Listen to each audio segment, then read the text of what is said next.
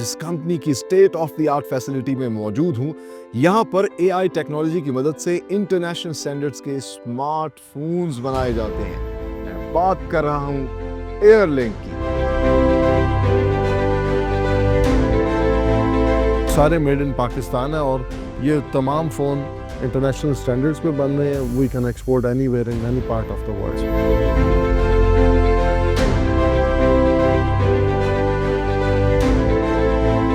Quality is better than what we are making और is not less than China. 3 से 4 साल में हम 14 से 15 बिलियन डॉलर के एक्सपोर्ट पे पहुंच सकते हैं। There is a lot of potential.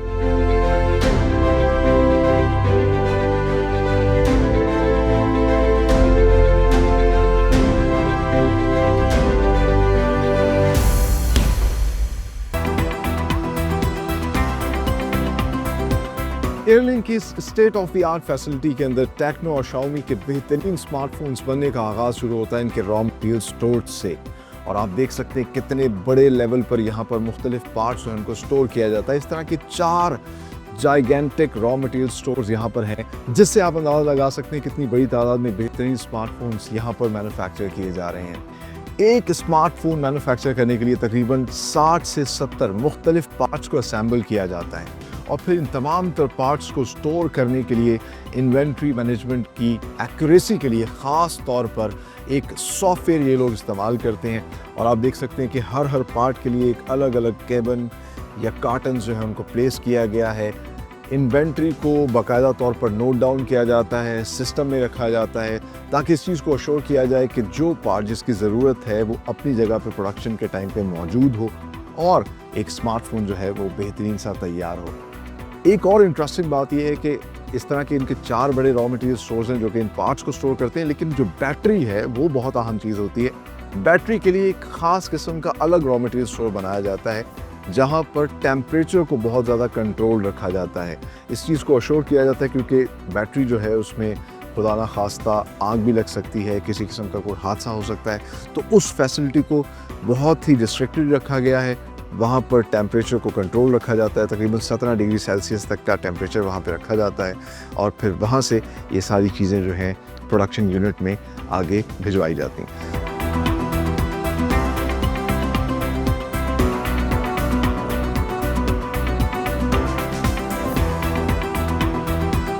Production floor पे जाने से पहले तमाम तर रॉ मटेरियल को IQC लैब यानी कि इनकमिंग क्वालिटी कंट्रोल रूम से गुजारा जाता है और इस चीज़ को अश्योर किया जाता है कि ना सिर्फ हर पार्ट की फंक्शनैलिटी बल्कि उसकी कॉस्मेटिक यानी कि उसकी लुक्स ठीक हैं। अगर कोई भी ख़राबी नज़र आती है तो उस लॉट को वापस कर दिया जाता है और जो सही लॉट है उसको क्वालिटी एश्योरेंस के बाद प्रोडक्शन फ्लोर पे भेजा जाता है। आगे चलते हैं, आपको दिखाते हैं किस तरीके से AI टेक्नोलॉजी की मदद से ये तमाम तर स्मार्टफोन्स असेंबल होते हैं।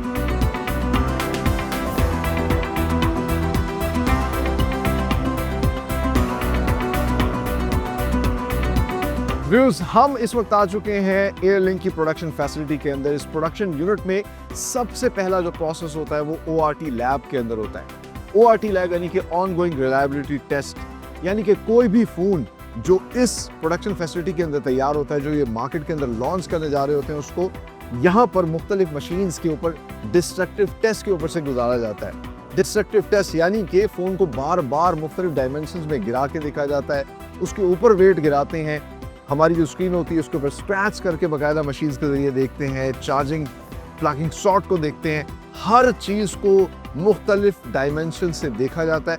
इन्वायरमेंटल टेस्ट उस पर अप्लाई किया जाता है, उसको हीट की जाती है, उसको ठंडे इन्वायरमेंट में रखा जाता है, करोजन का कितना इफेक्ट होगा, इन तमाम तर चीज़ों को देखने के बाद ऑनगोइंग रिलायबिलिटी टेस्ट लैब से जब ये चीज़ अप्रूव हो जाती है, यानी कि जो भी प्रिंसिपल कंपनी ने रिक्वायरमेंट दी है उसकी रिक्वायरमेंट को ये पूरा कर रही है और ये बेहतरीन सर्विसेज देगी इसके क्लाइंट को, कंज्यूमर को, तो तब फिर इसको प्रोडक्शन यूनिट में भेजा जाता है और बल्क में प्रोडक्शन की जाती है।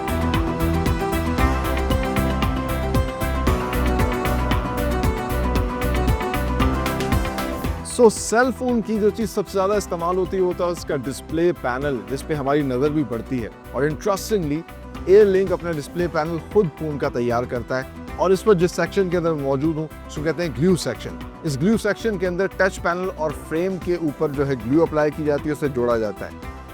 खास बात यह है कि पाकिस्तान के अंदर एयरलिंक वाहिद कंपनी है जो अपना डिस्प्ले पैनल खुद तैयार करी, जिसके पास एक ग्लू सेक्शन है। इससे एक तो प्रोडक्ट कॉस्ट इफेक्टिव भी हो जाती है और यहाँ पर लोगों को और रोज़गार के मौके भी मिले हैं।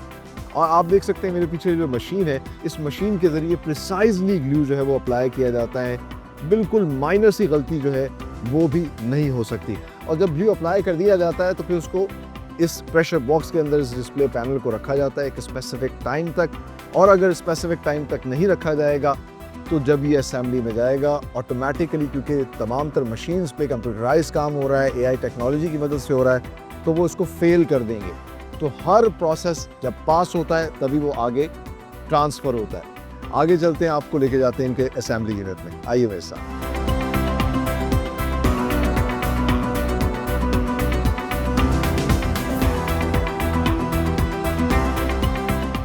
हम आ चुके हैं एयरलिंक के मैन्युफैक्चरिंग फ्लोर के ऊपर, जहां पर तमाम तर पार्ट को असेंबल किया जाता है और एक स्मार्टफोन तैयार हो जाता है। फॉर्चुनेटली इस वक्त मेरे साथ मौजूद हैं स्लैक टेक्नोलॉजीज के सीईओ, जिन्होंने तमाम तर प्लांट यहाँ पे सॉल्व करवाया, तमाम तर मैन्युफैक्चरिंग को ये देखते हैं। आइए आपकी इनसे मुलाकात करवाते हैं। मेरे साथ मौजूद हैं अदनान आफ्ताब साहब। कैसे हैं? अल्हम्दुलिल्लाह, अल्लाह का शुक्र। सर, सबसे पहले thank you very much for your precious time. तो मुझे सबसे पहले एक तो ये बात बताइएगा, मतलब एफएमसीजी कंपनी जहाँ पे कोई फूड की चीज़ बन रही होती है वहाँ समझ आता है जी बैक्टीरिया ना हो तो हम कवर करके आते हैं। यहाँ आपने ये क्यों कवर करवा दिया, हमें ये कोट भी पहना दिया? अच्छा जी, बेसिकली सिंस जैसे कि आपने अभी अपने इंट्रो में बताया, this is a manufacturing facility for smart devices, smartphone. जो स्मार्टफोन्स होते हैं जब ये असेंबल्ड नहीं होते हैं, असेंबल हो रहे होते हैं, उस दौरान आपकी बॉडी के अंदर एक चार्ज होता है जिसको कि हम इलेक्ट्रोस्टैटिक चार्ज कहते हैं। बिल्कुल होता है, जो आप सर्दियों में अक्सर फील करते हैं, कंगा करते हैं तो पटाखे बजते हैं। तो ये कोड बेसिकली आपका जो इलेक्ट्रोस्टैटिक चार्ज है उसको अब्जॉर्ब कराता है। आपका चार्ज अगर आप कहीं हाथ भी लगा लें तो आपका चार्ज ट्रांसफर नहीं होगा, क्योंकि मोबाइल फ़ोन के अंदर जब असेंबली नहीं हुई होती तो मदरबोर्ड वगैरह के ऊपर अगर आपकी बॉडी से जो चार्ज है वो उस पर लग जाए तो वो उसको डैमेज करती है। This is kind of a precaution जो यहाँ पे बहुत नेसेसरी है, इसलिए हम ये पहनाते हैं। अच्छा सर, दैट्स ग्रेट। और इसलिए सबको मैं देख रहा हूँ कि सबने जो है लेकिन मैं देख रहा हूँ किसी ने ब्लू कलर का पहना है, किसी ने पिंक पहना हुआ है, किसी ने वाइट पहना है, तो इसका क्या मकसद? So, जो ब्लू हैं वो सारे वो लोग हैं जो प्रोडक्शन रिलेटेड काम कर रहे हैं लाइन के ऊपर बैठ के। जो पिंक हैं वो सारे क्वालिटी के लोग हैं। जो वाइट हैं वो सारे आपको मैनेजमेंट के लाइन लीडर्स और प्रोडक्शन लीडर्स, वो सारे लोग।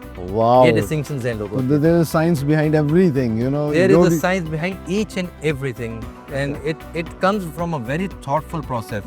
It's not like that we do this. इसके पीछे बहुत इंजीनियरिंग है, एक साइंस है, Xiaomi की रिसर्च है, and then we just following it.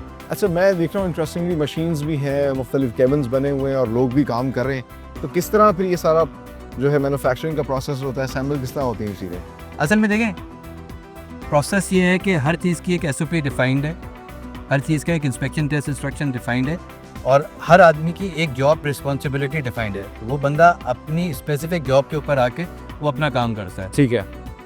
ये जो फैसिलिटी आप देख रहे हैं, ये इस वक्त आप समझ लें कि पाकिस्तान की मोस्ट एडवांस फैक्ट्री है। Wow, very nice. अच्छा, आपने अक्सर ये आजकल बड़ा बज़वर्ड चला हुआ है AI। जी। अब आपने कभी ये देखा होगा, this is an actual demonstration of AI। I C.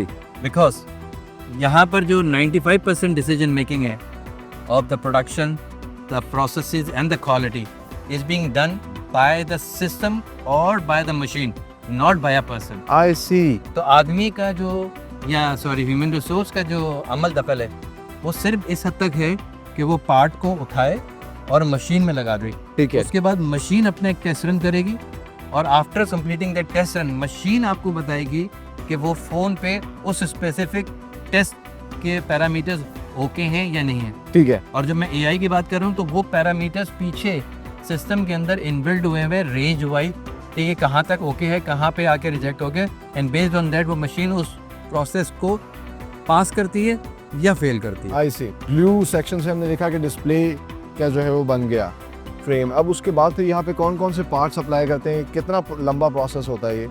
Sir, जब ये असेंबल्ड हो जाता है, सबसे पहला प्रोसेस ग्लू का है, और मैं आपको ये बताता चलूँ कि पाकिस्तान में ये वाहिद फैक्ट्री है जहाँ पर स्क्रीन जो है उसकी भी हम CKD मंगाते हैं। बाकी कंपनियां टच पैनल मंगाती हैं, हम टच पैनल की भी यहाँ पे कंप्लीट CKD मंगा के उसकी भी असेंबली करते हैं। Very nice. तो वो ग्लू का प्रोसेस है, फिर ये असेंबली है, असेंबली के बाद हमारे पास QC2 है, उसके बाद हमारे पास एजिंग होती है, और एजिंग के बाद फिर हमारे पास पैकेजिंग होती है, और पैकेजिंग के बाद फिर हमारा एक आउटगोइंग क्वालिटी का है। QC2 के अंदर आपके कुछ क्वालिटी के टेस्ट होते हैं, और एजिंग के अंदर आपका परफॉर्मेंस टेस्ट होता है। चलिए दैट्स इट। बहुत अच्छा लगा दान साहब आपसे बात करके, जान के आप लोग प्राइड हैं पाकिस्तान का कि आप लोग इतना नहीं जी, बेहतरीन हम काम करें। देखें, हम कोशिश कर रहे हैं कि पाकिस्तान के अंदर टेक्नोलॉजी लाएं। आपको मैं एक चीज़ और बताता चलूँ, अगर इस फैक्ट्री के अंदर आपने देखा होगा, we are an equal opportunity employers. हमारे यहाँ जेंडर डाइवर्सिफिकेशन पे बड़ा काम होता है। यहाँ लड़कियाँ लड़के माशाल्लाह सब साथ बैठ के काम कर रहे हैं, हाँ माशाल्लाह, और सब एक डिसिप्लिन के अंदर काम कर रहे हैं। इसी तरह इतनी सारी मशीनें आपने यहाँ देखी हैं, and I feel really very proud to say that कि जब भी कोई प्रॉब्लम है, कोई ट्रबल शूटिंग है, हमारे अपने पाकिस्तान के यहाँ के बच्चे पढ़े लिखे, वो लोग ट्रेंड हो गए जिनको हमने चाइनीज से ट्रेन कराया, and now they are doing it. They are debugging the machine. जब मॉडल चेंज होता है तो उसकी सारी वैल्यूज, उसकी reprogramming, everything is been done. तो ये पहला स्टेप था पाकिस्तान के अंदर टेक्नोलॉजी लाने का, लोगों को एजुकेट करने का, अपनी स्किल्स को डेवलप करने का।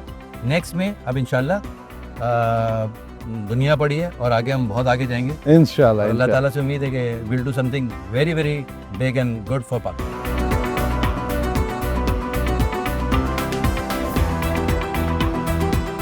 Finally time to say goodbye. लेकिन जाने से पहले हम आपको दिखाते हैं एयरलिंक का ये खूबसूरत सा डिस्प्ले आउटलेट, और इंटरेस्टिंगली पाकिस्तान में इनके इस तरह के 12 खूबसूरत रिटेल आउटलेट्स जो है मुख्तलिफ शहरों के अंदर हैं, जहाँ पर जाकर आप अपनी पसंद का स्मार्टफोन परचेज़ कर सकते हैं। ना सिर्फ इनकी अपनी फैसिलिटी में बनने वाले शाओमी या टेक्नो के बेहतरीन किस्म के स्मार्टफोन्स परचेज़ कर सकते हैं, बल्कि इंटरेस्टिंगली सैमसंग, आईफोन और दीगर मुख्तलिफ खूबसूरत स्मार्टफोन्स अपनी पसंद के आप इनके आउटलेट से परचेज़ कर सकते हैं, क्योंकि इनका बेहतरीन किस्म का एक डिस्ट्रीब्यूशन नेटवर्क भी है।